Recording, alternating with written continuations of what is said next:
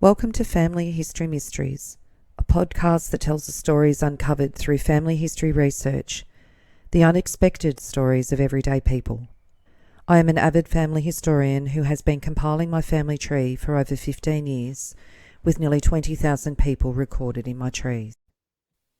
Episode 139, The Fraudster. Thomas James Creed was otherwise known as James Clarke or Dr. Bonnefin. Thomas James Creed was born on the 16th of April 1854 at Port Louis, Mauritius. He was one of 4 children born to Thomas Owen Creed and Sarah Collier. His father was born in 1822 in Southwark, Surrey, England. He married Sarah Collier on the 13th of June 1847 in Middlesex, England, when he was 25 and Sarah 21. Thomas was a servant at the time of their marriage, and Thomas's father was listed as John Creed, a tailor, and Sarah's father, Joseph Collier, also a tailor. Interestingly, on Thomas's death certificate, it stated that his father, John Creed, was a mechanical engineer, and his mother's name, Julia. Thomas Jr.'s mother, Sarah, died at Flat Island, Mauritius, on the 12th of February 1856, aged only 30, when Thomas himself was only 2. Thomas's oldest sibling, Julia, died in Ireland. His older brother John died in Mauritius in 1901, aged 50, and Louisa, his older sister, died in about 1922 in Mauritius, aged 70. His father, Thomas Creed Sr., was jailed in Adelaide in January 1897 for 3 months for stealing 2 pairs of boots, and again jailed in May 1897 for being drunk. He was 73 at this time. His jail records state that he came to Australia from Mauritius or London in 1862. The place of embarkation differs on the 2 records. Thomas Jr. immigrated to Australia at the age of 20 on the Andaman from Mauritius on the 29th of October 1875. He married Louisa Adelaide Isaacs on the 3rd of July 1877 at the Independent Church at Emerald Hill, now known as South Melbourne in Victoria. Louisa had been born at Sandridge, which is now known as Port Melbourne. Before their marriage, Thomas Creed was a wardsman at the Melbourne Hospital and then a dairyman after their marriage until October 1879. They had 2 children, Albert, born in April 1878, and Sydney, born in May 1879. On the 18th of October 1879, there was an article in the paper titled Forging and Uttering. The gang of coiners, Thomas Creed, Louisa Creed, and Charles Hart, arrested by detectives on charges of uttering base coin and having made base coin, were brought before the district court on the 10th. The evidence taken was to the effect that the female prisoner and Hart had passed several base half-crowns, and also that Thomas Creed had offered bad half-crowns in business transactions. The evidence of Detective Coleman proved that Thomas Creed had admitted the charge preferred against him, and while to a certain extent he implicated the prisoner Hart, he appeared anxious that his wife should not be punished. Detective Lovey stated that after Creed was arrested, he made a clean breast of the whole affair, fully acknowledging his guilt, and in addition giving the names of a number of persons who had received the bad money. Several tradesmen had positively identified the accused as the person who had passed off the coins at their respective places of business. The bench committed the prisoners for trial. The female prisoner was admitted to bail for the sum of £50. An enlargement was applied for on behalf of the men, but as the amount was fixed by the magistrates at £500, they went to jail to await for trial, not being able to obtain the requisite recognisance. And in the Kyneton Guardian on the 8th of October 1879, there's an article titled Discovery of a Gang of Coiners. The manufacture of base coin, or as it is technically termed, smashing, is a crime that fortunately does not frequently occur in Victoria. From time to time, however, gangs of coiners have pursued their nefarious operations in the city and the suburbs, and quantities of worthless coins have been palmed off to unsuspecting tradesmen. For some time past, a great number of spurious half-crowns have been put into circulation, and until Monday, no clue of their origin or the persons by whom they were passed could be obtained. By careful inquiry, detectives Coleman and Lovey ascertained that a man whose description answered that of the offender by whom the spurious coins were disposed of was in the habit of hiring horses on livery from Ross's stables in Little Bourke Street East. The imitations were almost invariably disposed of by a person on horseback who called at various shops and purchased small articles and paid for them with a false half-crown. On one occasion, the person hired the horses tendered and had a half-crown in payment of the hire, and this circumstance, though trivial in itself, ultimately led to the discovery of the gang. Acting on information supplied to him, Detective Coleman concealed himself in Ross's stables on Sunday night, having previously ascertained that the man for whom he was searching had engaged 2 horses, which he required to be ready about 4 o'clock on Monday morning. At about 4:30 o'clock, a man named James Clarke, alias Creed, called for the animals, and on being asked where his mate was that was to ride the second horse, he stated that he was up in Carlton and that he was going to take the horse to him. After a slight delay, Detective Coleman, who was in ambush, arrested him and took him to the detective office.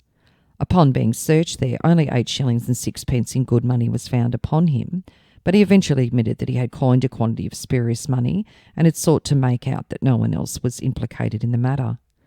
The detective officers, however, had information to the effect that he was constantly accompanied by another man and accordingly returned to Ross's stables. After waiting there a short time, their patience was rewarded by seeing a man named Hart coming round the corner. The stableman at once recognised him as Creed's companion, and without further delay he was arrested as an accomplice. At first he denied any knowledge of the matter, but at last admitted that he was going away with Creed upon horseback on a shooting expedition. Creed, at the outset, stoutly maintained that he resided in Rathdown Street, Carlton, but on being informed that the statement was known to be false, he admitted that he lived in Oxford Street, Collingwood. The key of his house was found upon him, and without any unnecessary delay, Coleman and Lovey proceeded to the premises indicated. On entering, they found every indication of intention on part of the occupant to at once clear out and take to the road. His wife was in bed, and having aroused her and waited while she dressed herself, the officers proceeded to search the premises. Mrs. Creed denied any knowledge of any spurious money being upon the premises and said she had never seen any. The first object which attracted the attention of the officers was a carefully made-up swag, which upon being opened was found to contain a Dean and Adams revolver fully loaded, a valuable gun, a set of false whiskers, beard and moustache, a black veil and 2 masks. On continuing the search, other articles of a spurious nature were brought to light. In one corner were a number of bars of solder, a quantity of zinc and a bag of plaster of Paris. In another spot were a number of crucibles, which had evidently been used for melting metal. On digging up the yard at the rear of the house, a package was found which contained 16 base half-crowns in a partially finished condition. Mrs. Creed was arrested on the spot upon the charge of uttering the base coin manufactured by her husband and his partner. The detectives then visited the house occupied by Hart, but the only incriminating articles that were found were a number of crucibles. When Hart was arrested, however, he had in his possession a loaded revolver and 2 bottles of acid, which was supposed to have been used in preparing the coins before they were finally passed upon the public. After his arrest, Creed was brought before the city bench and remanded. Before his removal to jail, he admitted to Detective Coleman that he had made the moulds and cast the spurious coins which had been traced. He stated that he alone was responsible. He stated that he'd learnt the art of manufacturing base money in Mauritius, where at one time he resided, and he exculpated both his wife and Hart from any share in the transaction.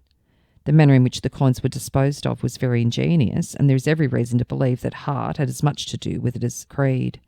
Creed used to hire horses from Ross's stables and then rode them around the suburbs. He visited hotels, grocery stores and small shops, and having bought some slight articles, tendered a spurious half-crown, and as soon as he obtained the change, rode away. Both Hart and Mrs. Creed have been positively identified as having passed false coin. Mrs. Creed, on being searched at the watch house, was found to have in her possession a large quantity of India rubber tubing intended for infants' feeding bottles, and the supposition is that a number of chemists had been victimised by these base half-crowns. She also had in her possession a false moustache and a large number of pawn tickets for valuable jewellery. Thomas Creed stated his occupation as a dealer on his Victorian jail record, and as a result of the counterfeiting, he received 5 years hard labour. He was also convicted on the 15th of December 1879 of larceny and 4 counts of obtaining goods with false pretenses, and he received in total a cumulative 6-year sentence. On the 24th of July 1879 in the Melbourne Herald, there's an article titled Dr. Bonnefin. The excitement in the city amongst the victims of the swindler Bonnefin has become very keen since the discovery of the fraud. From the style in which the affair was worked, there is no doubt whatsoever in the minds of those interested that the man is well up to his work and an old hand at the game. At St Kilda, his appearance and ostentatious style went a long way towards his success, so that when he applied for apartments in Fitzroy Street, he was readily shown over the house. He critically examined everything, expressing his satisfaction with one thing and his disapproval of the other, until the landlady was quite convinced the case was a genuine one. No suspicion whatever arose in her mind that he was not all right. He took extensively furnished rooms, including a bedroom and a sitting room, a consulting and receiving apartment. He then left, stating that he would shortly return, leaving his card and giving a long account as to what use he intended to put the apartments to. He then hired a buggy and a servant for a week, and on the Tuesday afternoon drove into town. After doing the rounds of the city in first-class style, he pulled up at the door of Mr. E. Span's establishment in Collins Street East, and upon entering was received by Mrs. Span. He asked to be shown some rings, and upon the articles being produced, he looked at them and stated they were scarcely fine enough, at the same time handing the lady's card. As soon as it was seen that he was a medical gentleman, Mrs. Span showed him some superior articles, which, however, he appeared to be dissatisfied with, and asked, "Have you nothing better?" Whereupon some first-class diamond rings were shown to him, the lady even going so far as to send out the boy to a neighbouring establishment for a ring worth £17 10s, which appeared to please him greatly. He also bought a gold locket and chain, which he stated was for his wife, and as he was closing the bargain, he seemed to suddenly recollect something which he overlooked and asked for a cloakroom. He then produced a chequebook and wrote out a cheque on the Colonial Bank for £25 and 10s. He then got into the trap and drove off. Mrs. Span, having some slight suspicions in her mind that it was all not quite right, partly on the account of his nervous and hesitating manner, and partly by the appearance of his hands, which did not seem to be so delicate and well cared for as to the general run of doctors' hands, went down to the bank with the cheque to see if it was all right, but the establishment being closed, she could get no satisfactory answer in the matter. But however, the next morning she discovered the whole of the fraud. From the establishment of Mr. Span, he drove to Wenzel and Eanes, Burke Street East, where the same program was repeated, in which place he reached at about 5:30, and purchased a locket and chain, brooch and earrings, and a ring for £25 10s, for which he tendered a cheque on the same bank and drove off. The cheque, on being paid to the bank yesterday morning, was of course immediately declared to be valueless. He then visited the shop of Mr. Goldstein, who was away at the time, and interviewed by the assistant, with whom he obtained £44 worth of jewellery, giving a cheque on the same bank, which was in turn dishonoured. Mr. Gaunt was also victimised the amount of £50 for 2 gold watches and chains, which were pawned for £27 and 10s. And in the Melbourne Age on the 20th of November 1879, an article titled "The Bonnefin Frauds, Discovery of the Offender." The intelligence that Thomas Creed, the coiner, who was yesterday sentenced to 5 years' imprisonment, is identical with the man who in the month of July last perpetrated several cleverly executed frauds upon well-known jewellers in the city, will doubtless result in considerable surprise. The successful manner in which the frauds were committed and the mysterious disappearance of the offender, the police being unable to obtain the slightest trace of him, caused the opinion to be generally entertained that he would succeed altogether in evading justice. On the 18th of April, Creed's acts first attracted the attention of the police. On that day, he leased a house in Simpson Street, East Melbourne, from Mr. Johnson, an auctioneer. He signed a written agreement that he would occupy the house for 3 months, and represented that his name was O'Brien and that he'd just come from the country. He engaged a little girl as a servant, and at a subsequent period of the day visited the establishment of Dennis Brothers. He expressed a desire to purchase some jewellery for his wife, who was an invalid. Mr. Larcule, a gentleman connected with the establishment, accompanied Creed to the house at East Melbourne. Mr. Larcule remained in the parlour while Creed retired with the jewellery to the bedroom on the pretence of showing the articles to his wife. After remaining in the parlour for half an hour, Mr. Larcule discovered that he had been made the victim of a swindle and that the man who had accompanied him to the house had escaped by the back door, taking with him the jewellery. Creed next appears to have assumed the name of Dr. Bonnefin. On the morning of the 23rd of July, he called upon the landlady in Fitzroy Street, St Kilda, and agreed to pay her 10 guineas a week for furnished apartments. He represented that his name was Dr. William Bonnefin and that his wife and 2 children would be down in town on the next day. He stipulated that the landlady should permit his brass plate to be placed on the doorway and suggested improvements to the premises which were effected at a cost of several pounds. Immediately afterwards, the brass plate, bearing the name in large letters, Dr. W. Bonnefin, was placed on the door, and in the meantime the so-called doctor agreed with Mr. Willoughby, livery stable keeper, to hire a horse and buggy for him for a fortnight, and in order to carry out his swindle with better effect he engaged the services of a groom in livery. In the morning he'd ordered 1,000 visiting cards from Mr. Williams, the printer in Lonsdale Street West, and remained in town long enough to receive 50, and when leaving said he would call back for the balance. In the afternoon he enjoyed a drive in the hired buggy with the groom in livery. After traversing all of the fashionable drives in St Kilda, he ordered the groom to drive to the jewellery shop of Mr. Span in Collins Street. Here he produced his card and selected jewellery to the value of £26, presenting a cheque signed by himself for payment. In the same way he obtained £24 worth of jewellery from Wenzel and Eanes in Burke Street East and £44 and 10 shillings worth from Mr. Goldstein in Burke Street East. The last place he visited was the establishment of Mr. Gaunt. He there selected jewellery to the value of £52 and 10 shillings. He presented his card and offered his cheque, but Mr. Gaunt demurred to accept the latter. In the coolest manner possible, he declared that it was all right and offered to take one of the assistants in the shop to show him that he was what he represented himself to be.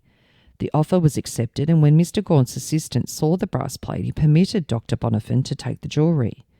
On the same evening, Dr. Bonnefin, in the company of a woman, pawned the jewellery. The fraud was discovered the next day, but no trace of the swindler could be obtained, and the Bonnefin fraud remained a mystery until the 6th of October, when Thomas Creed, the coiner, was arrested, and then a clue was obtained which led to the discovery, beyond a doubt, that Creed and Bonnefin are one and the same person. Soon after Creed's arrest on the morning of the 6th of October, the detectives began to entertain the suspicion that he was Dr. Bonnefin, for whom they'd so long searched in vain. Detectives Coleman and Lovis had charge of the case, and the former asked him if he were the person who represented himself as Dr. Bonnefin. He said he was not, but in his possession a pawn ticket for some of the jewellery obtained from Dennis Brothers and the other jewellers was found, and he then admitted having pawned the jewellery, but said that he had received it from another man. Mrs. Creed, who was implicated with her husband in the charge of uttering base coin, was also spoken to, and she admitted having pawned some of the jewellery, which she said she had received from her husband, who told her he'd bought it by giving bills. A few days ago, all doubt as to whether Creed was Dr. Bonnefin was satisfactorily set at rest by his being identified by the groom with whom he engaged in St Kilda, and by Mr. Williams, who printed his cards, and by Mr. Larcule. All these persons picked him out from a number of criminals. The detectives have also compared the writing in the cheque signed W. Bonnefin and find that it resembles closely documents in Creed's handwriting found in his possession when arrested. One strange feature of this case is that Creed so long eluded the police that is accounted for by the great change which has taken place in his appearance since his arrest. His hair is naturally dark in colour, but when he represented that he was Dr. Bonnefin, it was much lighter and must therefore have been dyed whilst he was clean-shaved. When Creed was seen in Collingwood prior to his arrest, his hair was quite a different colour and did not answer the description given of Bonnefin. Since he's been in jail, however, the dye he had been using has worn off, and when seen by Williams, Larcule and the groom, he was at once identified. Creed will be brought before the City Court on Monday next and charged with obtaining goods by means of valueless cheques, and when subsequently residing in the neighbourhood of Brunswick, it was a well-known fact that he delighted in continually changing his appearance, so that frequently his most intimate friends did not know him, so that it may be fairly presumed that he eluded the police by adopting similar tactics. and completely changing his appearance immediately after his successful raid upon the jewellers. Since that time, he has given the police a large amount of work, and Detective Coleman and Lovey are to be congratulated on having arrested an expert swindler. In the Melbourne Herald on the 4th of December 1879, an article titled Dr. Bonnefin. In the City Court today, James Clarke, otherwise Creed, and Bonnefin pleaded guilty to stealing £80 worth of jewellery in one case and obtaining by false pretenses 4 other parcels, respectively of the value of £25, £32, £44 and £23. Mr. Isaac's pawnbroker stating a part of the goods had been deposited with him for £3 by a woman whom he did not recognise, and she wore a black veil. The individual was presumably the prisoner's wife, who with her child attended the court. She is a good-looking young woman and was originally accused with Creed and Hart in the coining operations, but appeared to have been merely an instrument in passing some of the half-crowns.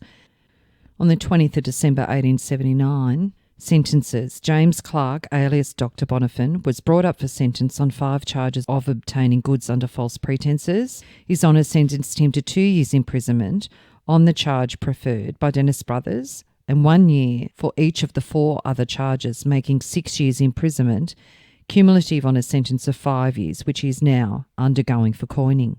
To all of them, he pleaded guilty. This sentence, in addition to the one he received at the hands of the City Bench, will doom the prisoner for a term of 11 years' incarceration. The whole of the circumstances connected with the clever series of frauds has been thoroughly sifted to the bottom, so that Detective Coleman and Lovey were able to sheet home all of the charges to prisoner Clarke to afford somewhat astonishing proofs of his extraordinary versatility and skill as a swindler. Louisa applied for a divorce from Thomas Creed when he was serving his jail term in May 1885. She also claimed in the divorce records that she had since found out he committed adultery with several women before his incarceration, namely in June 1879 and October 1879. She also claimed that he violently assaulted her on several occasions and threatened her life. In the law report outlining this on the 29th of June 1885, Divorce and Matrimonial Causes Jurisdiction, Creed versus Creed. This was a petition by Louisa Adelaide Creed for the dissolution of her marriage with her husband Thomas Creed. The case was heard on the 20th of June when evidence was taken and judgment was reserved. The petitioner was married to the respondent in 1877 at South Melbourne. He afterwards lived with her at Brunswick, and it was alleged that while they were residing there, he frequently assaulted her, that he had left her without money, and that he had committed adultery. The respondent is now in Pentridge undergoing a sentence for obtaining jewellery by false pretenses. The respondent did not file an answer, but was called as a witness and denied the allegations against him. His Honour said that he was of the opinion that the charges made by the petitioner against the respondent had not been proved, and he dismissed the petition. On the 16th of July 1887, it said it was decided not to grant any such concession to criminal offenders except to Creed, alias Dr. Bonnefin, who had received a remission of 3 months in consequence of him giving valuable assistance to the warders during a riot at Pentridge. In the Weekly Times on the 9th of March 1889, robbery by boys. At the Richmond Court on Saturday, 4 boys named Thomas Creed, Michael O'Rourke, Edward Dundon and William Barker, whose ages averaged 12 years, were charged with stealing a cash box containing £35 belonging to Thomas Creed, dairyman, Bridge Road. On the 28th, Mr. Creed left his premises and returned about 5 o'clock in the afternoon, missed the cash box containing the amount stated, including a bank book and valuable documents. One of the boys charged with the offence was a son of his, but he did not give any authority to remove the cash box. He reported the matter to Constable Brown. A lad named Williams informed the constable that he found the empty cash box in a right-of-way smashed open. The cash had been removed, but the documents were found in the right-of-way. He gave a description of the boys who he'd seen opening the box and the direction taken of them when leaving. Constables Brown and Wilcox traced them to Burnley Street Station and ascertained that 4 lads had taken tickets to Melbourne. The constables followed and searched various parts of the city and finally came across them leaving a restaurant for the theatre. They were then arrested and taken to the City Watchhouse Yard and searched. Creed had £5 10 shillings in his possession. Dundon had £3 and a number of rings. O'Rourke had purchased a new pair of trousers. Barker had a number of cigars and cigarettes and a plug of tobacco. About £10 of the amount stolen was recovered. Dundon and Barker were sent to reformatory schools. Creed and O'Rourke were sentenced to 3 months' imprisonment, but the sentence would not be carried out, their parents becoming surety for their good behaviour for 12 months. And only a matter of 3 weeks later, Thomas Creed was listed as a new insolvent, formerly of Bridge Road, Richmond, produce merchant, now of Abinga Street, Richmond, out of business. Causes of insolvency: losses through butter and other produce becoming unfit for use on account of the heat in the months of January, February and March of this year, and from having money stolen from his cash box. His liabilities were £239 and his assets were £47, leaving a deficiency of £192, 4 shillings and 8 pence. On the 10th of July 1889, so 2 months later, an adjourned examination sitting was held in the estate of Thomas Creed of Richmond produce dealer. Louisa Adelaide Creed, the wife of the insolvent, examines that she was married to the insolvent 13 years ago. He started in business as a produce dealer in Bridge Road, Richmond in January of this year. She lived with him for about 4 months and then went to live in Abinga Street, Richmond. He lived with her there for about a week and then she left him. They were not on good terms then, and he went away and said he would go to Ballarat. She had not received a shilling from him since then. She was now living in Kimber Street, Burnley. After she left the insolvent, he went to live somewhere in Bridge Road, Richmond. She did not know the exact place he went to, but it was kept by a midwife, whose name she did not know. She did not know where he was now. Before the insolvent took the shop in Bridge Road, Richmond, he had been on a farm. He borrowed the money to start the shop from her mother. At first he borrowed £50 from her mother and afterwards £45. The furniture in the house where the witness now lived belonged to her mother. Insolvent did not pay her mother the £50 back, but she believed he paid her a £45 post-dated cheque. When she and her husband lived together, she received £1 a week from him for house expenses, and that was all she received. She used to assist him in the shop. His stock was sold off by auction before he went insolvent, but there was very little left to sell. Neither she nor her mother got any of the proceeds. She had 2 children, 2 boarders, and her sister living with her now. Her husband got into trouble after they'd been married 2.5 years and was sent to jail for 10 years. He then went by the name of Dr. Bonnefin. He was away from her for 8 years, and after he came out of jail, he sent for her to live with him and said Dr. Singleton would assist him if she did. She went back to live with him about 2 years ago. He had never supported her and always ill-used her. His proper name was Creed. Her father kept her while her husband was in jail. She started a suit for divorce, but had not had the money to carry it out. The insolvent was called but did not appear, and it was stated that he could not be found. Mr. Smith applied for a warrant for his arrest, and His Honour ordered that the warrant should issue. A warrant was issued for his arrest, returnable 24 hours after its execution or as soon as the court should next be sitting. Thomas Creed arrived in Sydney from Melbourne on the 17th of March 1890, and on the 24th of August 1895 there was an article stating fire at North Sydney. At about 2:30 yesterday morning, a 6-roomed cottage situated at Ernest Street, North Sydney, was discovered to be on fire. 4 rooms of the cottage were found to be entirely burnt out and the contents destroyed. On Thursday, a milkman named Thomas Creed had removed his furniture to the cottage from Waterloo, but there was no one on the premises when the fire occurred. The furniture was insured in the City Mutual for £300. Thomas Creed married Jessie Simpson at Waterloo, New South Wales on the 9th of August 1896. He was 42 and Jessie only 18. Jessie had been born in Bathurst, New South Wales, and her parents were English. 9 months after their marriage, Thomas Creed is again in bankruptcy, this time in New South Wales. Thomas Creed of 28 Mitchell Street, Glebe, grocer. Notice is hereby given that a sequestrian order has this day been made against the above bankrupt on his own petition. And interestingly, the announcement of their marriage didn't occur in the newspaper until the 29th of May 1897. Creed Simpson, 9th of August 1896, are the resident of the bride's parents at Waterloo. Thomas Creed to Jessie Simpson. In the Australian Star, a Sydney newspaper, on the 11th of June 1897, an unfortunate bankrupt loses £300 in a tram. In the bankruptcy court before the registrar, a public examination was held into the estate of Thomas Creed. The bankrupt stated he'd been a grocer at 28 Forvenot Street, Sydney, and at present resided at 28 Mitchell Street, Glebe. He had never been in bankruptcy before. His bankruptcy was caused by loss of money. In November 1895, he was a shareholder and vendor of the Farmer and Dairyman's Milk Company. He sold out his milk business in that month for £125 cash and was then indebted to the company to the amount of £56. He placed £300 in the Bank of New South Wales George Street head office, which included the price received for the sale of the business. He then went to the Melbourne Cup, taking with him a draft for £300. He had, besides, £56 in cash. On the trip, he only spent about £10 and did not use the draft. He returned to Sydney on the 15th of November, and after he got back, he had an account at the commercial bank Redfern. He drew the £300 from the Bank of New South Wales in 30 £10 notes, intending to place that amount to his credit at the Redfern Bank.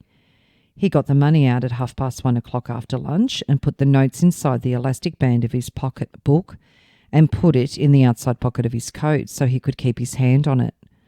A lady friend of his and her child had just arrived from New Zealand and were waiting outside the Bank of New South Wales for him.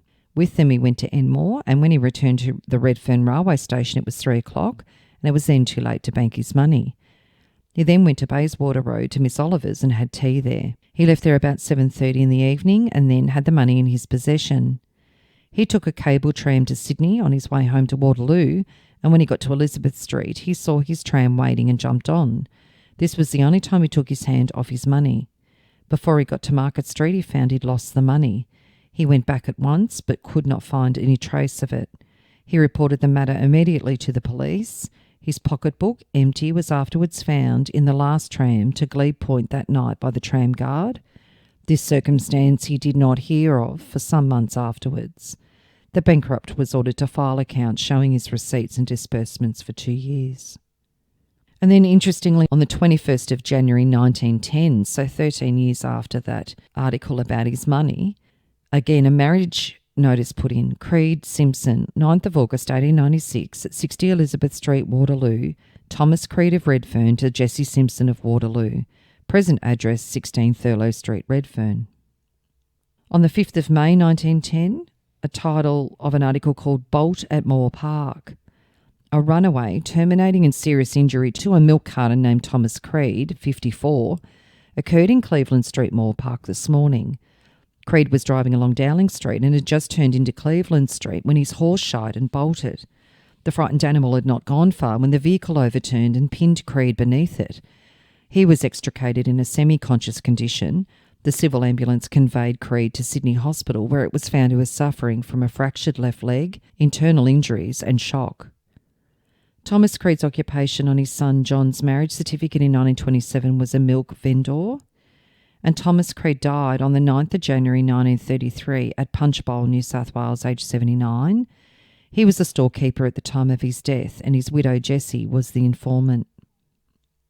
His children were firstly with his first wife Louisa Isaacs. The first child was Samuel Albert Creed. He was born on the 21st of April 1878 in Brunswick, Victoria. Samuel married Sarah Margaret Sutcliffe in Newtown, New South Wales on the 9th of December 1899. They had 3 children. Samuel enlisted in Sydney on the 2nd of August 1915 for World War I when he was 37. He was in the 55th Battalion and he embarked from Australia on the 2nd of November 1915, sailing to the Somme in France. Samuel returned to Australia aboard the Trois Montes and was discharged on the 14th of October 1919 as a sergeant. And Samuel died at Lincoln, New South Wales in July 1942 at the age of 64. And his death notice stated, the family of the late Samuel Albert Creed, known as Darky, Brooklyn, Hawkesbury River, wish to thank all kind relatives and friends for their sympathy and floral tributes for the recent bereavement and the loss of their dear father. Sydney Thomas Creed, known as Thomas, was the second child, born on the 5th of May 1879 in Brunswick. He married Agnes Elizabeth Suter in 1900 in Victoria when he was 20 and Agnes 17. They had 8 children. Sydney was listed as insolvent on the 30th of November 1914. Sydney Thomas Creed of Argyle Street, Moonee Ponds builder. Cause of insolvency, losses in business, sickness of self and family, adverse judgment and pressure of creditors. His liabilities were £1,398. His assets £1,298, leaving a deficiency of £100. 4 years later, on the 19th of December 1918, under the heading of debts, R.W. Anderson, lately a baker of High Street, obtained an order for £5 with £1 costs against Mary Lynch at the police court. Later, Anderson proceeded against Sydney Thomas Creed, his successor in the bakery business. And on the 28th of July 1923, it was announced the death of Sydney on the 10th of July at Bethesda Hospital, Richmond, of High Street, Shepparton, beloved husband of A. Creed and beloved father of Albert, Horace, Stanley, George, Charlie, Sid, Alan and little Ruby. So he was only 44 when he died, and their youngest child was only 4. The 2 boys that he had with Louisa Isaacs were not listed on his death certificate, and it's no surprise as he was still married to Louisa when he moved up into New South Wales and married Jessie Simpson. So the children listed on his death certificate that he had with Jessie Simpson, the first was Henry Thomas Creed, who was born in Redfern, New South Wales on the 23rd of December 1900. He married Wilhelmina Myrtle Mara Maud Williams at Redfern in May 1920 when he was 19 and Wilhelmina 18. They had 4 children, and Henry died in August 1956 in Ashfield, New South Wales at the age of 55. The second child was John Leslie Creed, known as Les. He was born on the 14th of November 1902. He married Bessie Liliana Burton at Waterloo on the 14th of November 1925. Interestingly, John stated on his marriage record that he was born in Mauritius. They had 1 son, Leslie, in June 1927. In 1934, he was a varnish maker living at Earlwood, and John died in Earlwood, New South Wales on the 15th of October 1951, aged just 48. The next child was William Beresford Creed. He was born on the 16th of April 1907 at Chatswood, New South Wales. William enlisted in World War II in September 1943. He married Molly Vida Greaves on the 4th of April 1936 in Marrickville, New South Wales, and stated he was a refrigerator mechanic at the time of his enlistment.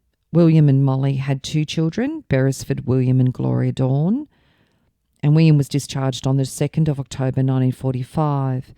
On his military record, he stated his father was born in England and his father's middle name was crossed out. William died in Nambour, Queensland on the 1st of August 1962 at the age of 55. And the youngest child born, Walter Alfred Creed, he was born in 1911 at Waterloo, New South Wales.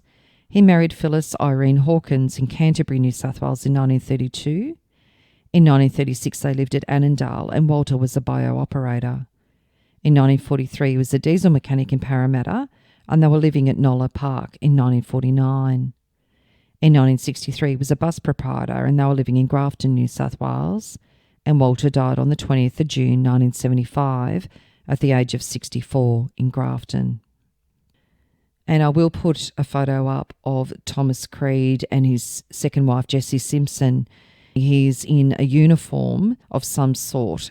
When I tried to Google it, it was telling me that it was a policeman's uniform. He does have medals, though, indicating that he did enlist at some point in the military. Now, whether this was in fact true or did he concoct a story at the time of meeting and marrying Jessie Simpson. So that leaves a little bit of a mystery. If you are interested in sharing your story on my podcast, Family History Mysteries, please go to my Facebook page and send me a message. If you would like some assistance in filling in the gaps in your family tree to see what mysteries you solve, please get in touch. And don't forget you can have early access to episodes by subscribing, and you'll also gain access to bonus episodes.